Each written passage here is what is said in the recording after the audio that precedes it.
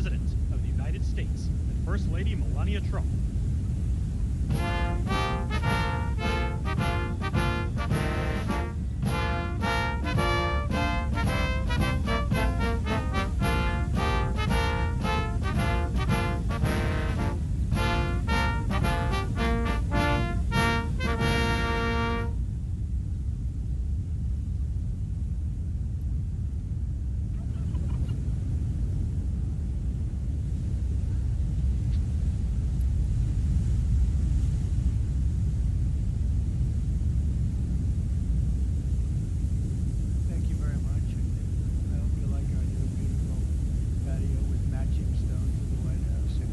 This were grass today, you'd be sinking into the mud like they've done for many years, and you would be very unhappy. Please, thank you very much.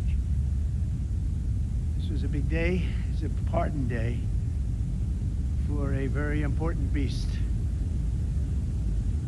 On behalf of the First Lady and the entire Trump family, I want to wish all Americans a very, very happy Thanksgiving. It's a great time of the year, and our country is doing really well, economically, like we've never done before. Today, we continue a time-honored American tradition. Boy, that's a well-trained turkey. See how happy he is? In a few moments, I will grant a full, absolute, and unconditional presidential pardon to two handsome Thanksgiving turkeys, and this is their lucky day. This is a lucky day for them.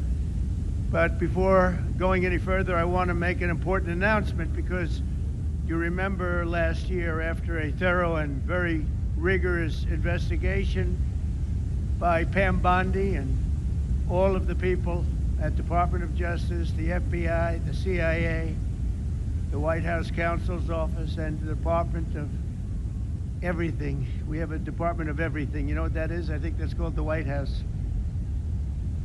Into a terrible situation caused by a man named Sleepy Joe Biden. He used an auto pen last year for the turkey's pardon. So I have the official duty to determine, and I have determined that last year's turkey pardons are totally invalid, as are the pardons of about every other person that was pardoned other than, where's Hunter? No, Hunter's was good. That was the one pardon, Pam, that was good, right? The rest of them are all invalid. I don't know what the hell you're going to do about that, but that's, now we're going to take a little of the joking. That is a mess. But they're hereby null and void. The turkeys known as Peach and Blossom last year have been located, and they were on their way to be processed. In other words, to be killed. But I have stopped that journey, and I am officially pardoning them, and they will not be served for Thanksgiving dinner. We saved them in the nick of time. This one has plenty of time, but they were saved in the nick of time. We're thrilled to be joined today by Vice President J.D. Vance, Second Lady Usha Vance, their daughter Mirabelle, and along with Attorney General Pam Bondi, Secretaries Marco Rubio, Scott Bessent, Pete Hegseth, Brooke Rollins, Howard Lutnick, Linda McMahon, Scott Turner, Administrator Lee Zeldin, who's done a great job. A nuclear power plant gets approved in less than a week, okay? I'm only kidding, but pretty close to that. And we have more. Where's Lee? Stand up, Lee. One of my great superstars. Thank you. It used to take 20 years before you got rejected when you put in an application. Now we're doing them in a matter of weeks, right? And that's why we have the biggest plants anywhere in the world. We're leading in AI. We're leading in everything. Our auto plants are pouring back into our country. Wait till you see the jobs coming with them. But many of them are under construction, but Lee's done a great job in getting those approvals. I appreciate it very much. FBI Director Kash Patel, who's been very busy doing a great job also. Thank you, Kash. Along with members of, see, you got a following, Kash. Along with members of Congress, and in particular, I want to mention Jason Smith and David Rozier. Where are those two guys? Come on, stand up, fellas. What good people. Jason knows more about the tax code than any living human being. He knows so much, we don't even want to hear about it, right? Too complicated. We're going to make it a simpler code. But we did in the great big beautiful bill. It was just passed. your imprints all over that, and it's amazing. The biggest tax cuts in the history of our country for middle-income people. The biggest tax cuts in the history of our country for middle-income people, and the biggest jobs bill ever passed. And nobody thought we could get that one done. I'm glad. We actually put 4 years, actually probably 8 or 10 years, but we put 4 years worth of material into one great, big, beautiful bill. So that worked out very well, and I want to thank everybody for working on it. JD, that was a great will. You know, we were going to do it in small bills. We're going to have 18 bills. I do it along the process. I'm glad, Scott, that we got it done, because dealing with these Democrats, I think that was our one shot. But we have it all in one great, big, beautiful bill. Thanks as well to the chairman of the National Turkey Federation and the CEO of Butterball. That's a big deal. Jay Jandren. Where's Jay? Thank you. Stand up, Jay. Thank you very much. Along with his wife, Leslie, and their 3 children, as well as the farmer who raised these 2 magnificent birds, Travis Pittman and Wayne County, North Carolina. I won Wayne County by a lot. That means you had to vote for Trump, I think. I won by 92%. I like Wayne County. They're doing all right, right? And this is like a record-setting turkey that's going to be saved. The turkeys being pardoned today go by the names of Gobble and Waddle. When I first saw their pictures, I thought we should send them, well, I shouldn't say this. I was going to call them Chuck and Nancy. But then I realized I wouldn't be pardoning them. I would never pardon those 2 people. I wouldn't pardon them. I wouldn't care what Melania told me. Darling, I think it would be a nice thing to do. I won't do it, darling. These are 2 of the largest turkeys ever presented to an American president, over 50 pounds each. It's the largest we've ever had. And those are big turkeys. Are they as good as the normal-sized turkey? Better or as good? Do they tend to be a little fatty, maybe? No, he said no. He knows the turkey business. Anyway, despite their size, Secretary Kennedy has formally certified that these are the first ever Maha turkeys. I don't know if I agree with that. These are Maha. In other words, they could be fat, but they're still Maha. They've been fattened on a steady diet of grass, beef, to allow the smoothies and all of the other things that they've been eating for this occasion. This was a really big occasion, but they've eaten every fattening food that you can eat. We wanted to really make them special, and they really are. They're like record-setting. I've never seen a turkey that big before. Are they violent at all? Will they attack as I walk over? Because if they were, I'll stay right up here. But as you know, we're a tough on crime administration. We are tough on crime. You know, our border had 0 people coming in for the last 7 months, right? 0. I mean, even I find that hard to believe to be. They had millions and millions of people pour into our border from prisons, from mental institutions, gang members, drug dealers. They poured in to our country like we were stupid people. We're not stupid people anymore. But nobody's ever seen anything. The job that they've done on the Tom Holman, Kristi Noem, the whole group, the job they've done on the border is almost like a miracle. We have, and the people that make these statistics that said 0, they've said 0 for the last 7 months. It has to be like a few people got in, but they say 0. And they're radical left Democrats to do the scoring. So I can't imagine they did that for us. The truth is, we have no people coming into our country illegally. It's an amazing statistic, and I'm very proud of it. And we have the most people working in the United States today, by far, than we ever had in the history of our country. So those are all good numbers. But instead of pardons, some of my more enthusiastic staffers were already drafting the paperwork to ship Gobble and Waddle straight to the terrorist confinement center in El Salvador. And even those birds don't want to be there. You know what I mean? It was a tough. I'd like to thank the president of that country. They do a rather efficient job. It's got to be the largest prison in history. I've never seen anything like it. And a lot of people are behaving on our streets now. You know, Washington, D.C. is considered a safe zone.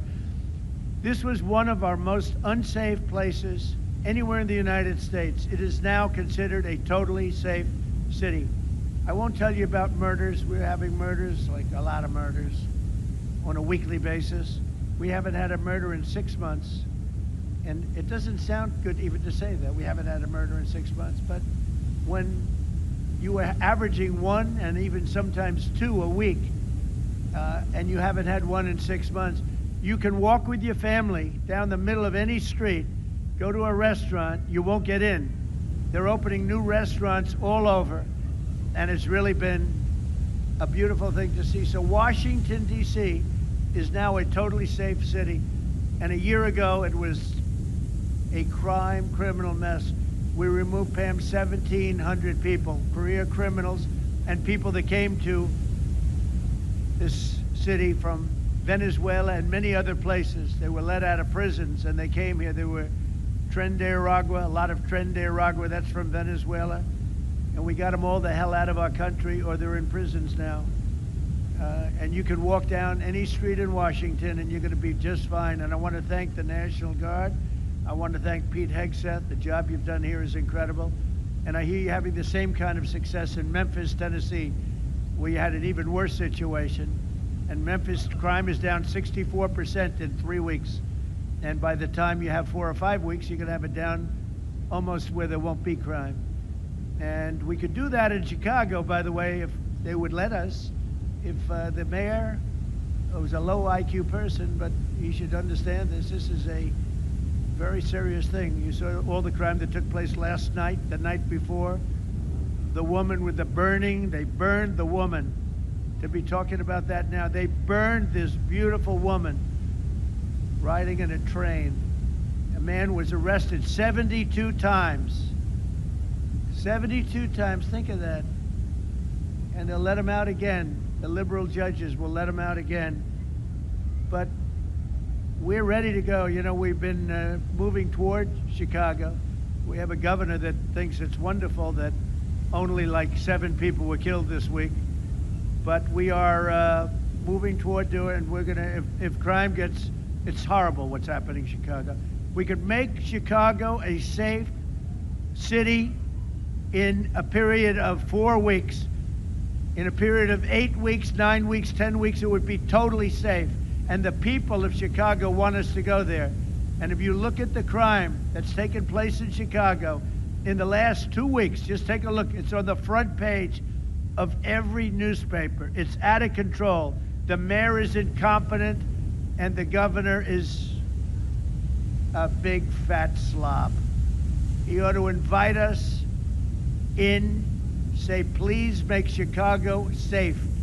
We're going to lose a great city if we don't do it quickly. Make Chicago, we'll do the same thing as we did in D.C., the same thing as we did everywhere we've gone. It's become almost instantly safe. And I want to do it in Chicago. So Governor Pritzker, if you're listening, let's get your act together. Invite us in. We're going to make your place so safe. You're not going to have these crimes that are making the newspapers and the front page of every newspaper and television story, news story. We'll make Chicago a safe place very quickly. I looked at the various cases, granting mercy, discovering that the terrible trauma that everyone's going through. And I had a little bit of a Pritzker joke. I was going to talk about Pritzker and size, but when I talk about Pritzker, I get angry because he's not letting us do the job. So I'm not going to tell my Pritzker joke. They have a very cute little joke, you know. Some speechwriter wrote some joke about his weight, but I would never want to talk about his weight. I don't talk about people being fat. I refuse to talk about the fact that he's a fat slob. I don't mention it. On a more serious note, as we gather around the dinner table, I'd like to lose a few pounds too, by the way. And I'm not going to lose it on Thanksgiving, I can tell you that. Because I'm going to have a turkey, but it's not going to be that one. I hope all Americans will have the chance to enjoy the fellowship of family and friends and renew our faith in God's providence. 1 year ago, we were a dead country 1 year ago. The King of Saudi Arabia said it to me. He said it to me actually 4 months ago when I was in Saudi Arabia, Qatar, UAE. He said, you know, 1 year ago, the United States was a dead country, and now you've got the hottest country anywhere in the world that do. We're the hottest country. We have $18 trillion being invested as of now. We're not even close to being 1 year. The most ever was $2 trillion for a certain country I won't name during the last administration. In 4 years, they had less than $1 trillion being invested in the country.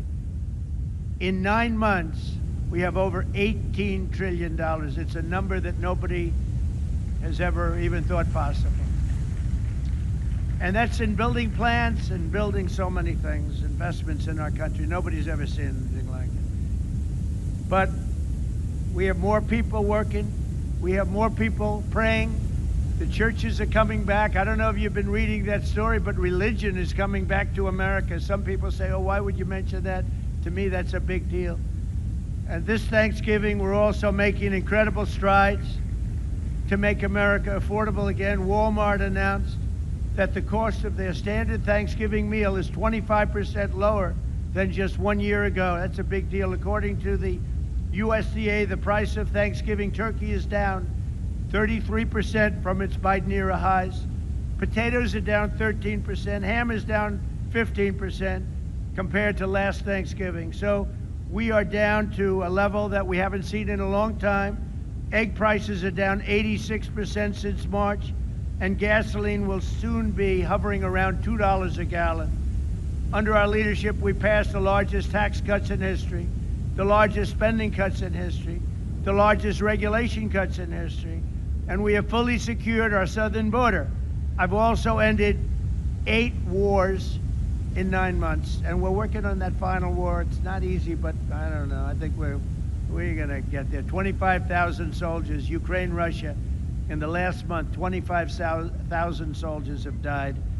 So I think we're getting very close to a deal. We'll find out. I thought that one would have been gone quicker. We did 8. I thought that would have been an easier one, but I think we're making progress. In less than 1 year, we've accomplished more than most other administrations have accomplished in 8 years.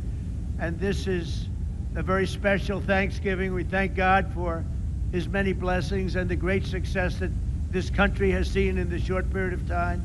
We draw strength from the love of family and friends, and we express our undying gratitude for the men and the women of the United States Armed Forces.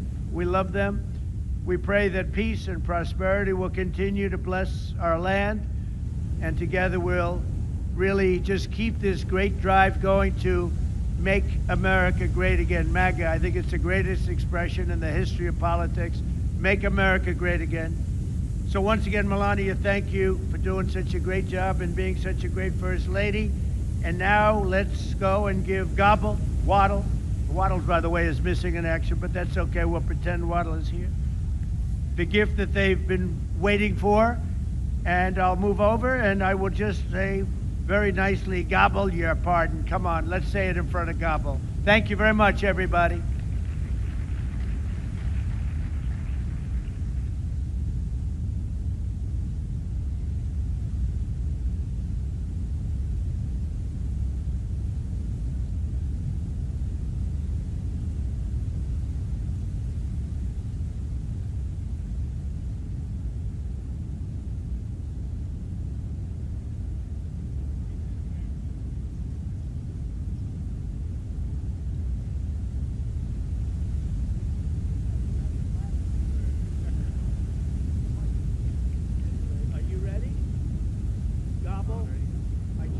Tell you this very important. You are hereby unconditionally pardoned. Praise the Lord. Praise the Lord. There you go. You're right. Beautiful. No, it's nice. Who would want to harm this beautiful bird? That's great. That's great. Thank you very much. Fantastic job. Thank you very much. Thank you. Thank you very much, everybody.